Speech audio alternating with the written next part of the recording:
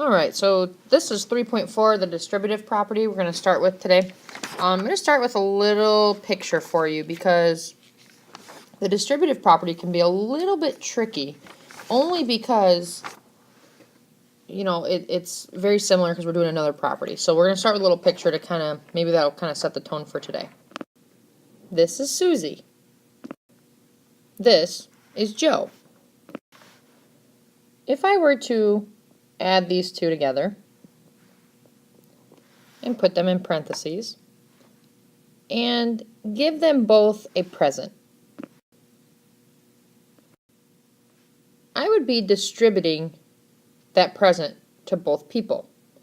So you would be giving that thing to each person in the group. This is a group because we're talking about putting it into parentheses. We talked about that as groupings with the associative property. If I'm going to distribute my gift, I would give one to Susie and I would give one to Joe. So because I distributed that gift to each of those kids, now Susie has one and Joe has one. So they both have a gift. So check out, the biggest thing here is to check out what I've got here. I've got my grouping. I use people as an example. I've got my gift. I distributed one to Susie and one to Joe. That means Susie gets a gift and Joe gets a gift. So our key idea today is a distributive property. So I'm going to put it in words, and I think when you see it in numbers, it'll make a lot more sense. But it can't be confused with using the associative property. So we're going to try and figure out the difference between those two.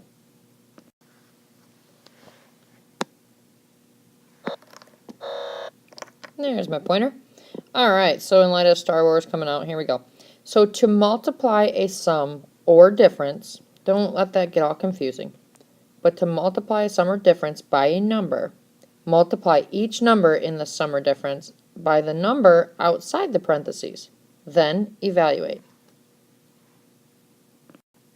If you were given a problem like this, so 3 times 7 plus 2, you can distribute your 3 to make it a little bit easier.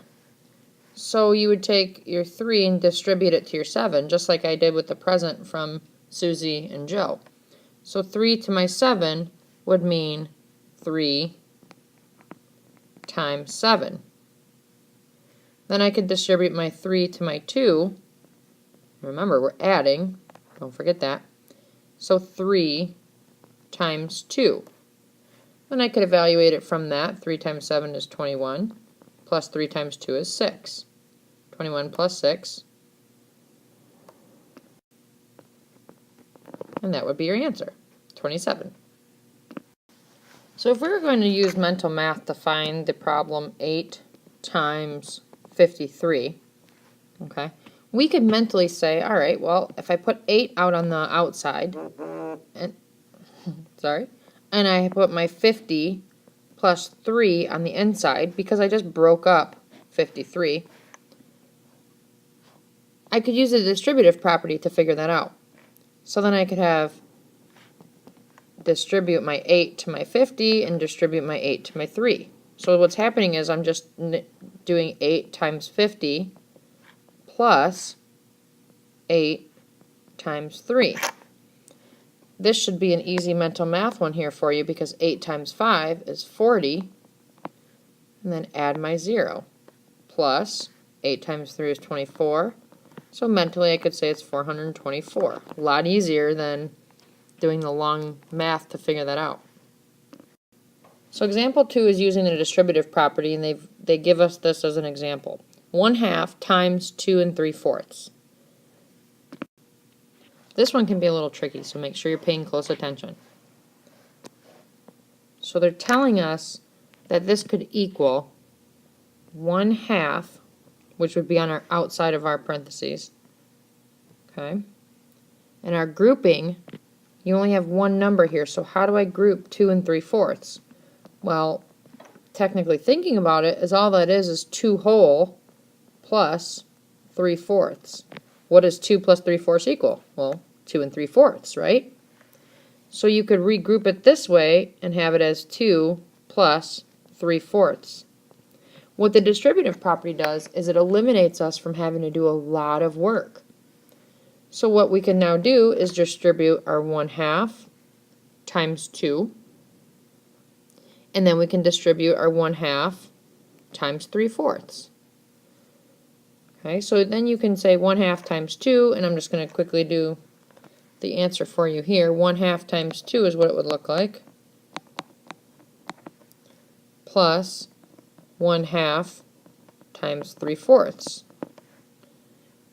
1/2 times 2 equals 1, plus 1/2 times 3/4, if you went straight across. 1 times 3 is 3, 2 times 4 is 8. 3/8. And then adding the two of those together, you get 1 3/8. So, if that went too quick for you and you don't understand it, rewind. Go back, look at what I did. See how I took my 1/2 and I broke it down. I broke the 2 3/4 down so I could add them together and do it quickly. So try these out, see how you do with them. Remember, 1, 2, and 3 all come from example 1 using the mental math. 5 would be your number that you distribute out. But what do I have? Whoops. What do I have in my parentheses to add together? For number 2, 9 would be what I distribute out, but what do I have in my parentheses to add together? Same thing. 6. What numbers can I mentally put together?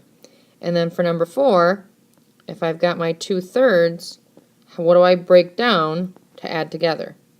So go from there and figure out, how do I get 41 to be split up here? I'm going to erase that. How do I get it to be split up in between the two of them?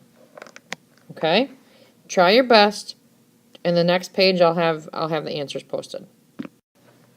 Okay, so these are the answers for the try these 1 through 4.